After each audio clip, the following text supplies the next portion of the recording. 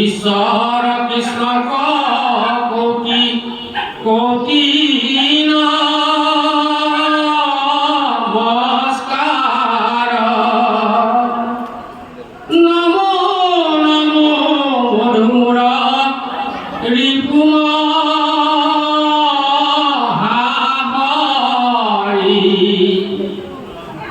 অন্তর্জুতময়াপি হয়ে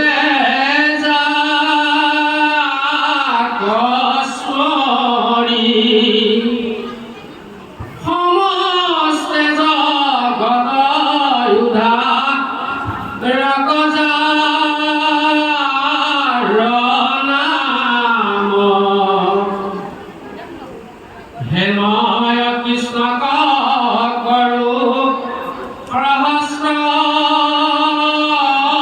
প্রণাম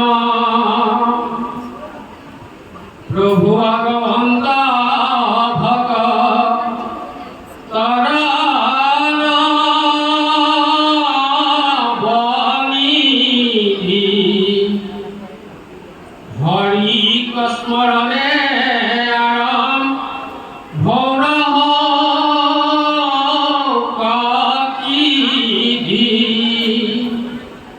পরীক্ষিত মুখ্য কথা দ্বাদশ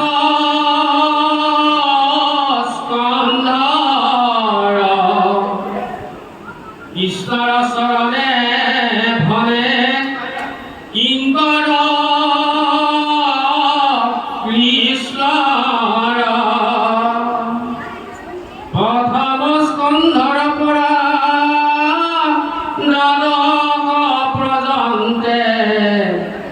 কহিলারা জাত মহা মুনীন্দ্র মহন্তে সংক্ষেপ করিয়া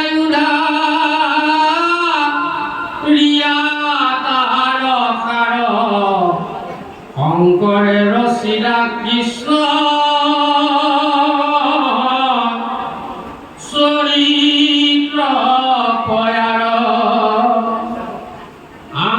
সহস্র ডিকি বেদত প্রধান বিষ্ণুর নমিষ ক্ষেত্র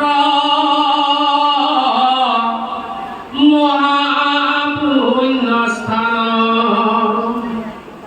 মান্য করি বুধ কথা ইলাপত্র কথা কোন কপ মুখে পুরা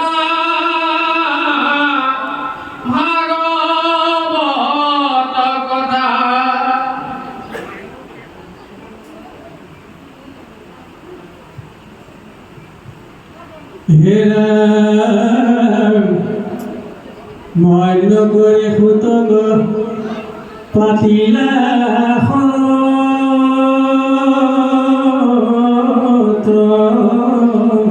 তথা হরক প্রমুখে শুনে ভাগবত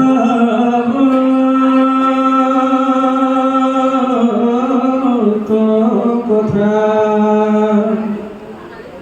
হৌনক বদতি হুত শুনানি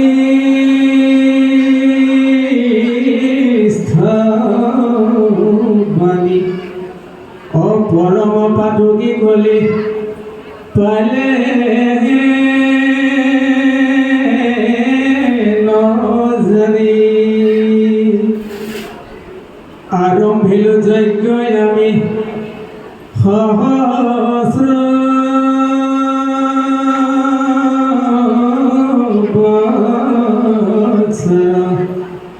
হোমে ধুম্রে ধুম্র বর্ণ ভৈল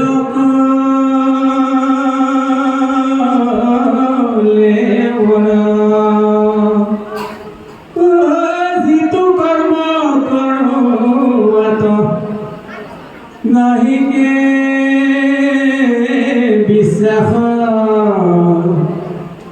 আপনার আয়ুষ করিল যে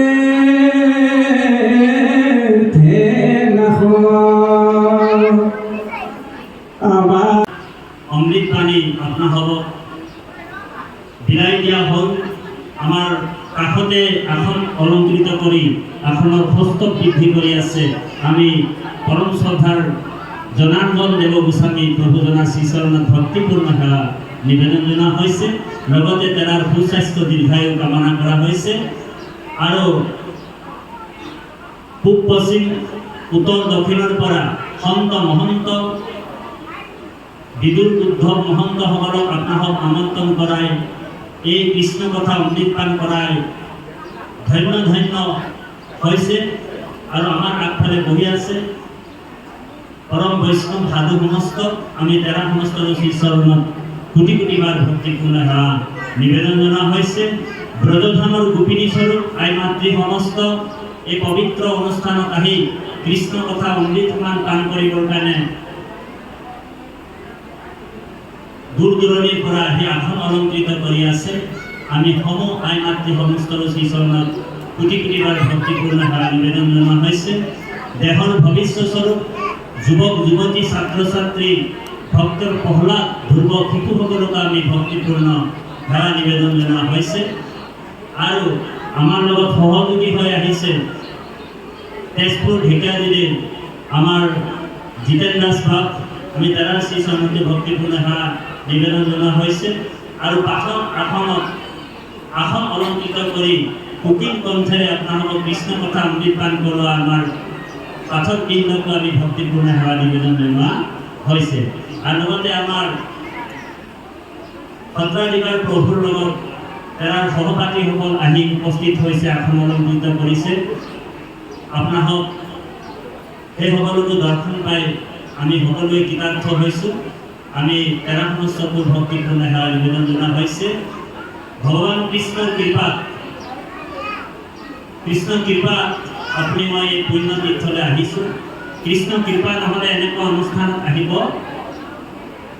নাপায় বুলি কৈছে নোৱাৰে তাৰমানে কৃষ্ণৰ কৃপাতে ব্ৰহ্মাৰ ভৈলা জ্ঞান কৃষ্ণ কৃপা বিনে কাৰ্য সাধিবাক টান কৃষ্ণ কৃপা নহ'লে এনেকুৱা অনুষ্ঠান পাতিব নোৱাৰে যদি উদ্যোক্তা মণ্ডলীয়ে অভিমান কৰি পাতিলেহেঁতেন অনুষ্ঠানটো বুজিছেনে বাৰু যদি অহংকাৰ কৰি পাতিলেহেঁতেন আমাৰ টকা পইচা ধন সম্পত্তি আছে ভাগৱত দেখাক দেখি বহুত মানুহে মনোৰঞ্জনৰ কাৰণে পাতি আছে ঔ হৰি ঔ ৰাম ভাগৱত এতিয়া গাঁৱে ভূঞে মনোৰঞ্জনৰ কাৰণে পাতিছে বহুত মানুহ আৰু এই উদ্যোগ মণ্ডলীয়ে যদি অভিমান কৰি মনোৰঞ্জনৰ কাৰণে যদি ভাগৱত পাতিলেহেঁতেন দেখাক দেখি তেতিয়া কৃষ্ণই কি কৰিলেহেঁতেন যে ভগৱান বোলে ৰাতিপুৱাৰ পৰাই বোলে দবা পিঠা বৰষুণ দি দিলেহেঁতেন ইয়াত বোলে এজনো ভকত বোলে উপস্থিত নহ'লহেঁতেন ঔ হৰি ঔ ৰাম বুজিছেনে গতিকে আপোনালোকৰ প্ৰতি কৃষ্ণৰ কৃপা আছে আৰু আমাৰ প্ৰতি কৃষ্ণৰ কৃপা আছে কৃষ্ণৰ কৃপা নহ'লে এই অনুষ্ঠানত আহিব নোৱাৰে ভগৱান কৃষ্ণই নাৰদক কৈছে যে হে নাৰদ নাহম দৃষ্টামি বৈকুণ্ঠে যোগিনম হৃদয় নচ মই বোলে ভকতৰ য'ত বোলে ভকত কীৰ্তন কৰে য'ত মোৰ গুণনাম লয় সেই ভক্তসকলৰ মাজত মই বায়ুবীৰ তত্ত্ব প্ৰতিষ্ঠা হৈ থাকে আৰু অকল বোলে মই নাথাকোঁ যে তৈত্ৰৈব গংগা যমুনা সৌগনি গোদাবৰী সিন্ধু সৰস্বতী সৌ বোলে সৰ্বাণি তীर्थানি বসন্তি তত্ৰ যথা অদ্বৈত দ্বাৰা কথা প্ৰসংগ য'ত নেকি অদ্বৈতৰ কথা হয় ভগৱন্তৰ কথা গুণনাম শ্ৰৱণ কীৰ্তন হয় তাত গংগা আদি কৰি যিমান তীৰ্থ আছে সকলো তীৰ্থ তাত প্ৰতিষ্ঠা হৈ থাকে গতিকে ভগৱন্তৰ নবিধ ভক্তি আমাৰ পৰম শ্ৰদ্ধাৰ বাপজনে আপোনালোকক ক'লে যে যদিও ভক্তি একাশীবিধ কথা কৈছে তাৰ ভিতৰত নবিধ ভক্তিক শ্ৰেষ্ঠ ভক্তি বুলি কৈছে কি ভক্তি শ্ৰৱণম কীৰ্তনম বিষ্ণু স্মৰণম অৰ্চনম বন্দনম দাস্য হাইক্য আত্মনিবেদনম ইতি পুমা স্থাপিত বিষ্ণু ভক্তি ছ নৱলক্ষণ ভক্তি নলক্ষণ হয়নে তাৰ ভিতৰত বোলে আটাইতকৈ শ্ৰেষ্ঠতৰ ভক্তি হৈছে শ্ৰৱণ আৰু কীৰ্তন। এতিয়া শ্ৰৱণ আৰু কীৰ্তন ভক্তি কিয় শ্ৰেষ্ঠতাৰ হ'ল অকণমান আপোনালোকৰ মাজত প্ৰকাশ কৰিব লাগিব। আমি আমাৰ পৰম শ্ৰদ্ধাৰ বাপ দুজনে আপোনালোকক ভাগৱতৰ কথা কীৰ্তন কৰি শুনাইছে আৰু আপোনালোক শ্ৰৱণ কৰিছে, হয়নে বাৰু? কিন্তু প্ৰত্যেকটা কথা শুনা কথাটো কিন্তু শ্ৰৱণ হ'ব নোৱাৰে। ধ্যান দিব, বৰ গুৰুত্বপূৰ্ণ। প্ৰত্যেক কথাটো আমি যিটো শুনিছোঁ সেইটো শ্ৰৱণ নহয়। শ্ৰৱণ কাক কোৱা হয়? যি কায় বাক্য মন একচিতে যিটো আমি শ্ৰৱণ কৰোঁ। এতিয়া আমি আমাৰ কাণত ইফালে আইসকলে কথা পাতি আছে, সেইটো আমাৰ কাণত পৰিছে, হয়নে বাৰু? সেইটোক শ্ৰৱণ বুলি কৈছে নেকি? বোলে কোৱা নাই। এইফালে গাড়ীখন বোলে ট্ৰেইনখন বোলে ঝক ঝক ঝক ঝক গৈ আছে, এইটো আমাৰ কাণত পৰিছে, সেইটো শুনা বুলি কয়, শ্ৰৱণ বুলি কোৱা নহয়। শ্ৰৱণ কাক কয়? য'ত নেকি কায় বাক্য মন একচিতে আমি শ্ৰৱণ কৰোঁ, সেইটোৱে শুনা বুলি কৈছে, এই শ্ৰৱণ বুলি কৈছে। গতিকে কৃপালু বাবাই সমস্ত আমি শ্ৰোতা দুই প্ৰকাৰৰ হয়। এটা হৈছে প্ৰবল শ্ৰোতা আৰু এটা হৈছে অবল শ্ৰোতা। ধ্যান দি শুনিব, বৰ গুৰুত্বপূৰ্ণ। এটা হৈছে প্ৰবল শ্ৰোতা আৰু এটা হৈছে অবল শ্ৰোতা। প্ৰবল শ্ৰোতাৰ উদাহৰণ হৈছে ৰাজহংস। এটা দিব্য ৰাজহংস আছে। সেই দিব্য ৰাজহংসই আপুনি যদি গাখীৰ আৰু পানী মিক্স কৰি দিয়ে, নীৰ এৰি ক্ষীৰ খায়। তাৰমানে গাখীৰ বিলাক খাই পানী বিলাক এৰি দিয়ে। এনেকুৱা আমি শ্ৰোতা হ'ব লাগিব কৈছে। এইটো প্ৰথম প্ৰবল শ্ৰোতাৰ উদাহৰণ। ভাগৱতৰ কথা আমি ৰাজহাঁহৰ নিচিনা হ'ব লাগিব, এনেকুৱা শুনিব লাগিব। এনেকে যেনেকে নীৰ এৰি ক্ষীৰ খায়, আপুনি গাখীৰ আৰু পানী মিক্স কৰি দিলে অকল গাখীৰখিনি খাব আৰু পানীখিনি বাদ দি দিব। এনেকুৱা একাগ্ৰত চিত্তেৰে আমি কৃষ্ণ কথা শুনিবলৈ কৈছোঁ। তাৰপিছত অবল শ্ৰোতা কাক কৈছে? উদাহৰণ হৈছে অজ। অজ মানে হৈছে ছাগলী, বুজিছেনে? ভগৱন্তকো অজ বুলি কোৱা হয়। আচলতে অজ নহয়, অজা, যাৰ জন্ম আৰু মৃত্যু নাই। ভগৱন্তৰ জন্ম আৰু মৃত্যু নাই, তথাপিও কিন্তু ভকতৰ অনুগ্ৰহত মই আকৌ জন্ম লওঁ বুলি কৈছে কৃষ্ণ। অনুগ্ৰহাৰ্থে লোকানাম বিষ্ণু লোকে নমস্কৃতম দৈৱকী অত্তে বাসুদেৱৈ অত্তে প্ৰাদুৰ্ভূত মহাদস্য। যদিও মোৰ জন্ম আৰু মৃত্যু নাই, কিন্তু ভকতৰ ৰিকুৱেষ্টত মই কিন্তু জন্ম ল'বলগীয়া হয় বুলি কৈছে। সেইকাৰণে ভগৱন্তৰ জন্ম আৰু মৃত্যু নাই। অপ্ৰপঞ্চ ইয়াতে প্ৰপঞ্চ অৱতাৰণম অৱতাৰণ। অপ্ৰপঞ্চ জগতৰ পৰা প্ৰপঞ্চ জগতলৈ নামি অহাটোকে অৱতাৰ বুলি কৈছে। ভগৱন্তৰ কিন্তু জন্ম আৰু মৃত্যু নাই। গতিকে প্ৰবল শ্ৰোতা আৰু অবল শ্ৰোতা, অবল শ্ৰোতা মানে হৈছে অজ। অজ মানে ছাগলী। আপোনালোক চাব, আমাৰ লেহু গাঁৱৰ আইসকলক কোৱা নাই, বাপসকলক কোৱা নাই। এনেকুৱা ভাগৱতৰ অনুষ্ঠান 7 দিন চলি থাকে, আইসকলে চাব গ্ৰুপ পাতি পাতি কটাত বহি যায়। ছাগলীয়ে যেনেকে লেপ লেপ লেপ লেপ লেপ লেপ লেপ লেপ লেপ লেপ লেপ লেপ লেপ লেপ লেপ লেপাই থাকে, ঠিক এনেকুৱা শ্ৰোতা কেইজনমান আইসকল বহি লয় আৰু ছাগলীৰ নিচিনা লেপ লেপাই থাকে, কথা পাতি থাকে। এইফালে ভাগৱত চলি থাকে আৰু এইফালে বহি কিনি ঘৰুৱা কথা পাতি থাকে। বুজিছেনে বাৰু? ছাগলীয়ে যেনে লেপ লেপাই থাকে, ঠিক তেখেতলোকো আনকো কৃষ্ণ কথা শুনিবলৈ নিদিয়ে, নিজেও কৃষ্ণ কথা নুশুনে আৰু আনকো ডিষ্টাৰ্ব কৰি থাকে। ঔ হৰি ঔ ৰাম, এনেকুৱা শ্ৰোতা হৈ আমি বহিব নালাগে। আমি সদায় প্ৰবল শ্ৰোতা হৈ বহিব, তেতিয়াই আমি ভাগৱতৰ কথাবিলাক আমি হৃদয়গম কৰিব পাৰিম। এই আগতীয়া কথাবিলাক আমি আপোনালোকৰ মাজত কৈছোঁ এইকাৰণে, কাৰণ আমি হয়তো ইয়াৰ পৰা পুণ্য পুণ্য আমি আৰ্জন নকৰাকৈ ইয়াৰ পৰা আমি পাপ আৰ্জন কৰিও লৈ যাব পাৰি। আমাৰ পাপ হৈ যায়, কাৰণ আমাৰ বংশ প্ৰাণ আছে। আমি ইয়াত বোলে অকল পুণ্যই নহয়, যে আমাৰ ইয়াত বোলে গুৰু গৃহতে আমাৰ পাপো হৈ যায় যদি আমি সতৰ্ক নহয়। গতিকে আমি আপোনালোকৰ চৰণত ভক্তিপূৰ্ণ সেৱা জনোৱা হৈছে। লাগিলে আপোনালোক আধা ঘণ্টা মনত 20 মিনিট শুনক। কৃষ্ণ কথা অমৃত সমান বুলি কৈছে, মৰাকো জীয়াই বুলি কৈছে কৃষ্ণই কথা, হয়নে বাৰু? গতিকে আমি পাঠৰ মাজত সোমাই গৈছোঁ। ইয়াত পদ শ্ৰীমদ ভাগৱত প্ৰথম স্কন্ধ পদ মংগলাচৰণ, আচলতে মংগলটো আচৰণ। যিজন নেকি মংগলৰো মংগল, সেইজনৰ মংগলাচৰণৰ আৱশ্যক নাথাকে, হয়নে বাৰু? যেনেকৈ বাল্মীকি ৰামায়ণখনত 40,000 শ্লোকত বাল্মীকি মুনিয়ে ৰচনা কৰিলে, তাত কোনো এটা জেগাতো প্ৰভু শ্ৰীৰামৰ মংগলাচৰণ নিলিখিলে বাল্মীকি মুনিয়ে। বোলে কিয় নিলিখিলে?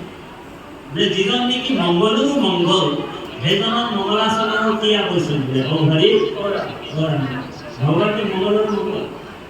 গতিকে আমাৰ শ্ৰীমন্ত শংকৰদেৱ সমাজৰ আমাৰ পৰম শ্ৰদ্ধাৰ ৰবীন কলিতা প্ৰভুজনা আমাৰ কাষতে আসন অলংকৃত কৰি আছে। আমি ভক্তিপূৰ্ণ সেৱা জনোৱা হৈছে। যিজন মংগলৰো মংগল, তেওঁৰ মংগলাচৰণৰ আৱশ্যক নাই। কিন্তু বেদব্যাসে আকৌ মংগলাচৰণ দিলে। বোলে কিয় দিলে মংগলাচৰণ? বেদব্যাস শব্দৰ অৰ্থটো আমি জানিব লাগিব। বেদ মানে হৈছে জ্ঞান,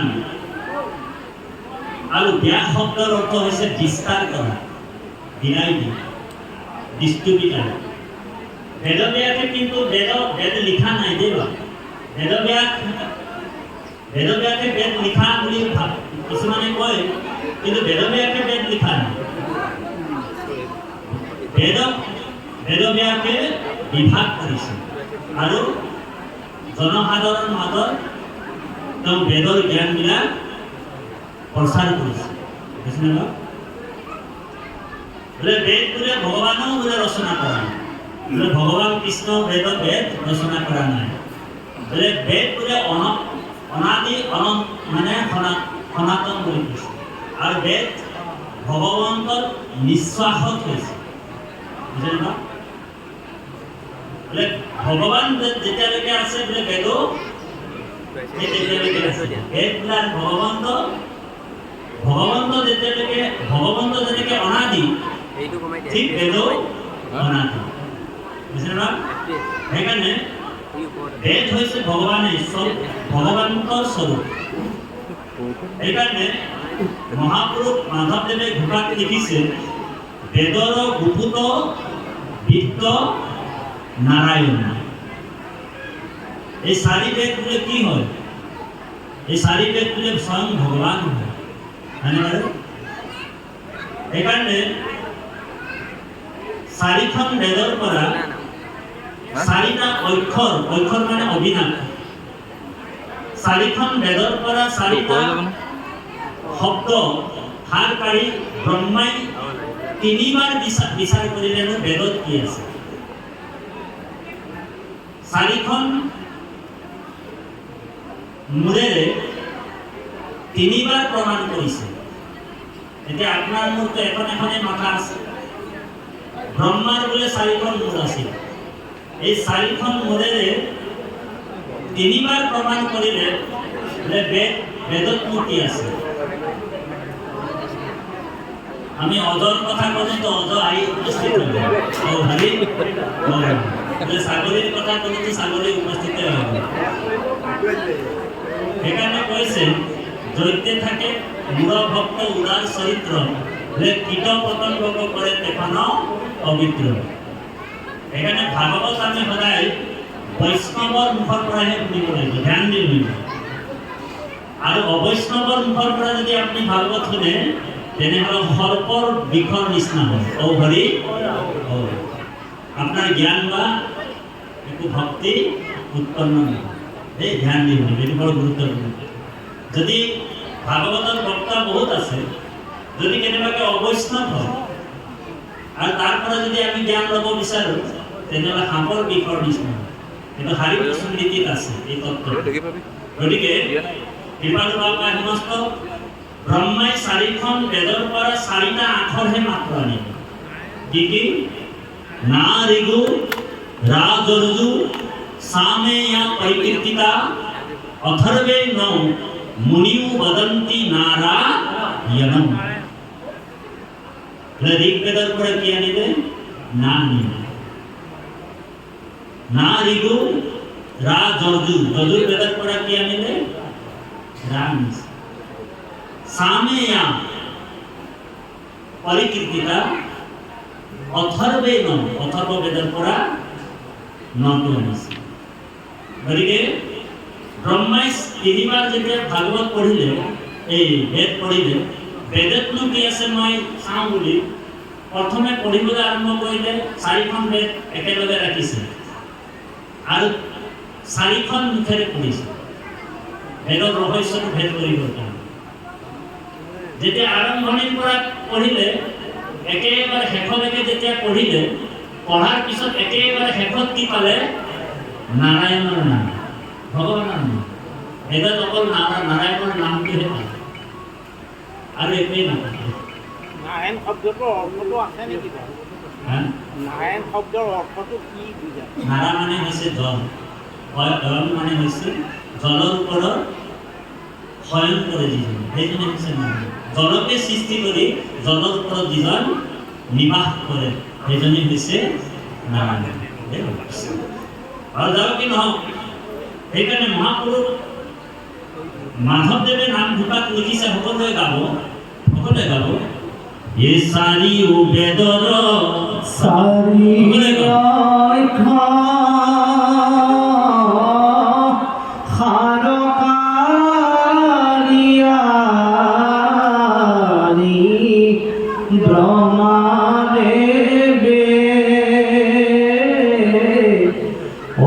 কত কৰিয়া ধইলা নাৰায়ণ বাণী নাম হেন নাৰায়ণ নাম লয়া শুদ্ধ কলিয়ামি চিত্ত কায়া হৰিখন তুখৰ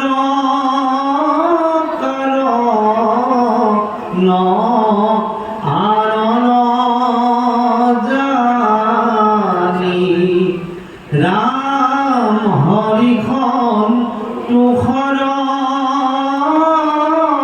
কাৰণ আৰণ জানি মহাপুৰুষ শ্ৰীমন্ত শংকৰদেৱ আৰু মহাপুৰুষ মাধৱদেৱে এই ভাগৱতত পৰম তত্ত্বৰ নিৰ্ণয় কৰিছে যিজন সুপ্ৰিম বুজিছেনে বাৰু বিশ্বত অনেক গুৰু আবিৰ্ভাৱ হ'ল কিন্তু যিজন পৰম ঈশ্বৰ যিজন পৰম তত্ত্বৰ কথাটো বহুত গুৰুৱে প্ৰকাশ নকৰে লুকাই ৰাখে ধন্যবাদ পৰম সত্যটোতো লুকাই ৰাখে কিন্তু আমাৰ জগতগুৰু শ্ৰীমন্ত শংকৰদেৱে এই পৰম তত্ত্ব ভাগৱতৰ সংস্কৃত শ্লোক আছিলে 18,000 সংস্কৃত শ্লোক 335টা অধ্যায় আৰু 5,94,000 ইয়াৰ শব্দ আছে আমাৰ জগতগুৰু শ্ৰীমন্ত শংকৰদেৱে তেৰাৰ অনুগামীসকলক লৈ কেৱল মাত্ৰ 14,009টা ততোধিক শ্লোকত ভাঙনি কৰিছে হৰি কিমান 14,009টা ততোধিক শ্লোক অলপ বাঢ়িব পাৰে এতিয়া 18,000 সংস্কৃত শ্লোকৰ ভাগৱতত 18,000 সংস্কৃত শ্লোকৰ ভাগৱতক আমাৰ গুৰুজনাই কিয় 4000 শ্লোক বাদ দি দিলে। তাৰমানে গুৰুজনাই বিশেষকৈ বহুত সাংঘাতিক ধৰণৰ চিন্তা কৰিছে আমাৰ কাৰণে, জগত কল্যাণৰ কাৰণে, আমাৰ কাৰণে, যে কৃষ্ণ ভক্তিৰ মহাত্মা যিটো স্কন্ধত বেছিকৈ আছে, সেই মহাত্মাটোকেহে বেছিকৈ তেওঁ ভাঙনি কৰিছে। আৰু পদৰ হেকে হেকে কৰবাত কৰবাত গুৰুজনাই লিখিছে যে অনন্ত কন্দলীও কৈছে, মহেন্দ্ৰ কন্দলীও, অনন্ত কন্দলীও কৈছে যে শ্লোক সংস্কৃত মই লিখিবাক ভাল জানো, বিশ্বৰ পণ্ডিতসকলক কৈছে। তোমালোক নাভাবিবা মই শ্লোক সংস্কৃত ভালকে লিখিব নাজানো, পদবন্ধে লিখিলো ভাবে, মই বোলে পদবন্ধে ভাগৱত লিখিলো, কিয় লিখিলো? কাৰণ স্ত্ৰী ক্ষুদ্ৰ অন্তৰ্জাতি কৰো পাব বা জানো পাব, ইয়াৰ ৰহস্যটো ভেদ কৰিব আৰু পৰমেশ্বৰ ভগৱান কৃষ্ণৰ লগত একাত্ম হ'ব পৰা যিটো পৰম জ্ঞান, সকলোকে গুৰুজনাই আমাৰ বিলাই দিলে, হয়নে বাৰু? সেইকাৰণে মহাপুৰুষ মাধৱদেৱে ঘোষাত লিখিছে, ভকতি ভাণ্ডাৰ দ্বাৰা হ'ব চুৰি, মুকুতি কৈলি উদাহ। ভকতি ভাণ্ডাৰ দ্বাৰা হ'ব চুৰি, মুকুতি কৈলি উদাহ। এক হৰণ হৰিৰ নাম ধৰ্ম, ৰাজা কৰু কৰু। ভকতি ভাণ্ডাৰ, ভাণ্ডাৰ মানে ভঁৰাল, দ্বাৰা মানে দুৱাৰ, সকলোৰ কাৰণে মুকলি কৰিছে, জাতি বৰ্ণ ধৰ্ম নিৰ্বিশেষে, যে সকলোৰ হৃদয়ত যে কৃষ্ণ আছে, বৰ গুৰুত্বপূৰ্ণ কথা, ধ্যান দিব লাগিব। সেইকাৰণে আমাৰ গুৰুজনাই বিশ্বৰ পণ্ডিতসকলক কীৰ্তন শাস্ত্ৰৰ পৰা চ্যালেঞ্জ কৰিছে যে ব্ৰাহ্মণৰ চাংগালৰ নিবিচাৰি কোৰ, জাতিত দাতাত সুরত দ্বারা দৃষ্টি এক তোর। ধ্যান দিয়ে বড় গুরুত্বপূর্ণ কথা। আপনার গাত যেটো, আপনার হৃদয়ত যেটো কৃষ্ণ বহি আছে, ৰাতিপাপ বোলে বাগানৰ পৰিৱেশৰ পৰা অহা সেইজনৰ গাতো সেই হৃদয়ত কৃষ্ণ বহি আছে। ধ্যান দিব লাগিব। প্ৰভু আমাৰ পৰম শ্ৰদ্ধাৰ জনাৰ্দন দেৱ গোস্বামী বাপৰ হৃদয়ত যেন কৃষ্ণ বহি আছে, বোলে সেইজন কৃষ্ণ আমাৰ প্ৰসন্ন বৰা বাপৰ হৃদয়তো বহি আছে। ঔ হৰি। সেইকাৰণে গুৰুজনাৰ বিশ্ব পণ্ডিতসকলক চেতাৱনী দিছে, নাহি ভক্তিত জাতি অজাতি বিচাৰ, কৃষ্ণ ভক্তি সমস্তৰে অধিকাৰ। জাতিত ভক্তিত বিচাৰ নাই বুলি কৈছে, সকলোৰ কাৰণে সমস্তৰে অধিকাৰ। বাক্য কৰ্ণ মনোমুখ আচৰিতাৰ, ভাগৱত ১১ স্কন্ধ নিমিনৱহিতম। বাক্য কৰ্ণ মন মুখ আচৰিতাৰ, কৃষ্ণ ভক্তি সমস্তৰে অধিকাৰ। ভাগৱত জাতি কাক কৈছে? ধ্যান দি শুনিব, বৰ গুৰুত্বপূৰ্ণ কথা। জাতি মাত্ৰ দুটা, যিজন কৃষ্ণক ভজে সেইজনক জাতি বুলি কোৱা হৈছে, আৰু যিজন কৃষ্ণক নভজে, ভগৱানৰ ভগতি নকৰে, তাক অজাতি বুলি কৈছে। হে ৰাম কৃষ্ণক ভজয় যিটো, তাকে বোলে জাতি, কৃষ্ণৰ বিমুখ যিটো, হেহি হে অজাতি। হৰিক ভজয় যিটো, তাকে বোলে জাতি, হৰিৰ বিমুখ যিটো, হেহি হে অজাতি। বুজিলেনে? যিজন ভগৱানৰ ভক্তি কৰিছে, কৃষ্ণক ভক্তি কৰিছে, সেইজনক জাতি বুলি কৈছে। আৰু যি ভগৱান কৃষ্ণক ভজা নাই, কৃষ্ণক ভক্তি কৰা নাই, পৰমাত্মাক ভক্তি কৰা নাই, সেইজনক অজাতি বুলি কৈছে। আৰু জেনেৰেল ভাষাত তাক বৈজাতি বুলি কয়। ঔ হৰি ঔ ৰাম। সাধাৰণ ভাষাত তাক কি বুলি কৈছে? বৈজাতি বুলি কৈছে।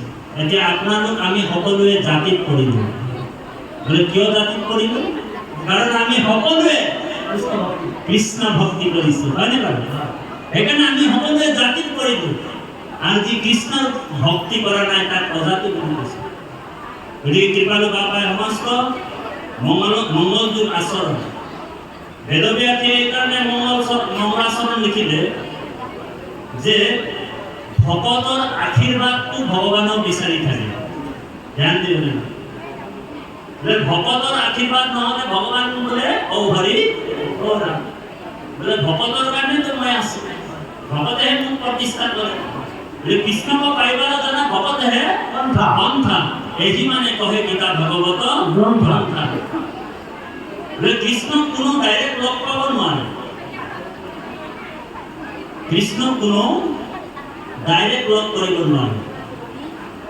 কৃষ্ণক পাবলৈ হ'লে বোলে প্ৰথম এপ্লিকেশ্যনখন আমি কাক দিব লাগিব? বোলে ভগৱানক দিব লাগিব, আপোনালোকক দিব লাগিব। আবেদনখন কাক দিব লাগিব? বোলে ভগৱানক দিব লাগিব। সেইকাৰণে কৈছে সংস্কৃত শ্লোকত সিদ্ধিৰ ভগতি বাণীতি অতীত সেমিনা। মহাপুৰুষ মাধৱদেৱে ঘোষণা লিখিছে, সকলোৱে গাব এন্নহু জানাই আমি সারি জাতি হে সারিও আশ্রমি নোয়াতি এন্নহু ধর্মহীন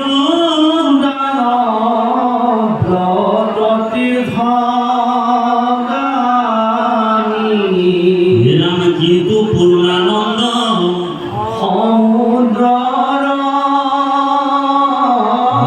গোপী ভক্তা পদ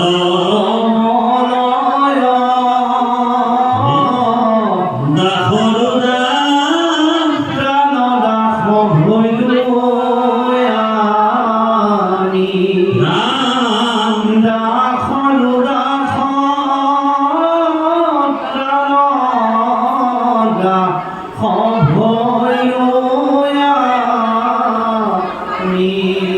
সেইকাৰণে কৃপালু বাবাই সমস্ত আমি আপোনালোকক কৈছে যে ভক্তি মাৰ্গত আমাৰ দৃষ্টিটো ব্ৰাহ্মণ চাণ্ডাল সকলোকে আমি এক দৃষ্টিৰে চাব লাগিব। আমি আত্মৰাম হৈ চাব লাগিব, তেতিয়াহে আপুনি ভক্তি মাৰ্গত আগবাঢ়িব পাৰিব। কাৰণ ভগৱান কৃষ্ণই গীতাত কৈছে, হে অৰ্জুন বোলে সৰ্বস্ব সাহম হৃদয় সন্নিবিষ্ট, মই সকলোৰ হৃদয়তে আছোঁ। বোলে কম বেছি পৰিমাণে নহয় যে ইয়াত বোলে বাসুদেৱ থান আছে ঢকুৱাখানাত, তাত ভগৱান বোলে 100% আছে। ঢেকীয়াখোৱা নামঘৰ আমাৰ যোৰহাটত আছে, ভগৱানটো তাত বোলে 100%। হয়নে? আমাৰ প্ৰভু আহিছিলে উত্তৰ কমলাবাৰী সত্ৰৰ পৰা, তাত বোলে ভগৱানটো 100% আছে। আৰু আমাৰ লেহুগাম নামঘৰত ভগৱানটো বোলে 20% আছে। এনেকুৱা কোনো কথা নাই। কৃষ্ণই কৈছে ঈশ্বৰ সৰ্বে ভূতেষু ভূতাত্মা অৱস্থিত, মই সকলোৰ হৃদয়ত আছো, কম বেছি পৰিমাণে সমানভাৱে আছো বুলি কৈছে।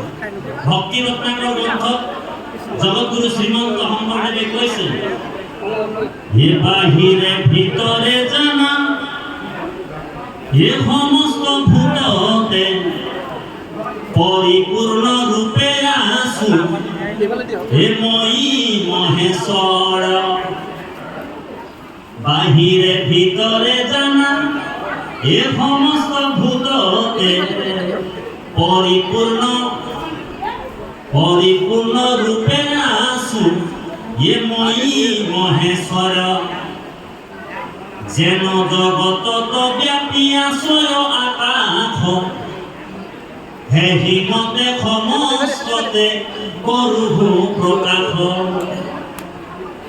নুচুবয় দুখ গুণ মুখ জগতৰে, হে হিমতে বিচাৰিবা সমস্ত ভূততে। সমস্ত ভূততে আছো মই হৰি, হবাকো মানিবা তুমি বিষ্ণু বুদ্ধি কৰি। আমাৰ দৰ্শনটো তেনেকুৱা হ'ব লাগিব। আমাৰ দৰ্শনটো কেনেকুৱা হ'ব লাগিব যে সমস্ত ভূততে আছো মই হৰি, সবাকো মানিবা তুমি বিষ্ণু বুদ্ধি সেইকাৰণে ভগৱান সকলো জাগাত দেৱস্থী হিচাপে ব্যাপক হিচাপে সমস্ত চৰাচৰ জগতত ভগৱান প্ৰতিষ্ঠিত হৈ আছে গতিকে এই মংগলাচৰণ শব্দৰ অৰ্থটো এইটোৱে যে মংগলমূল আচৰণ ভকতৰ আশীৰ্বাদটো ভগৱানে বিচাৰিছে ভকতে কৈছে জয় ৰাম হে ৰাম তোমাৰ জয় হোক জয় কৃষ্ণ হে কৃষ্ণ তোমাৰ জয় হোক সেইকাৰণে কৈছে ইয়াত জয় জয় কৃষ্ণ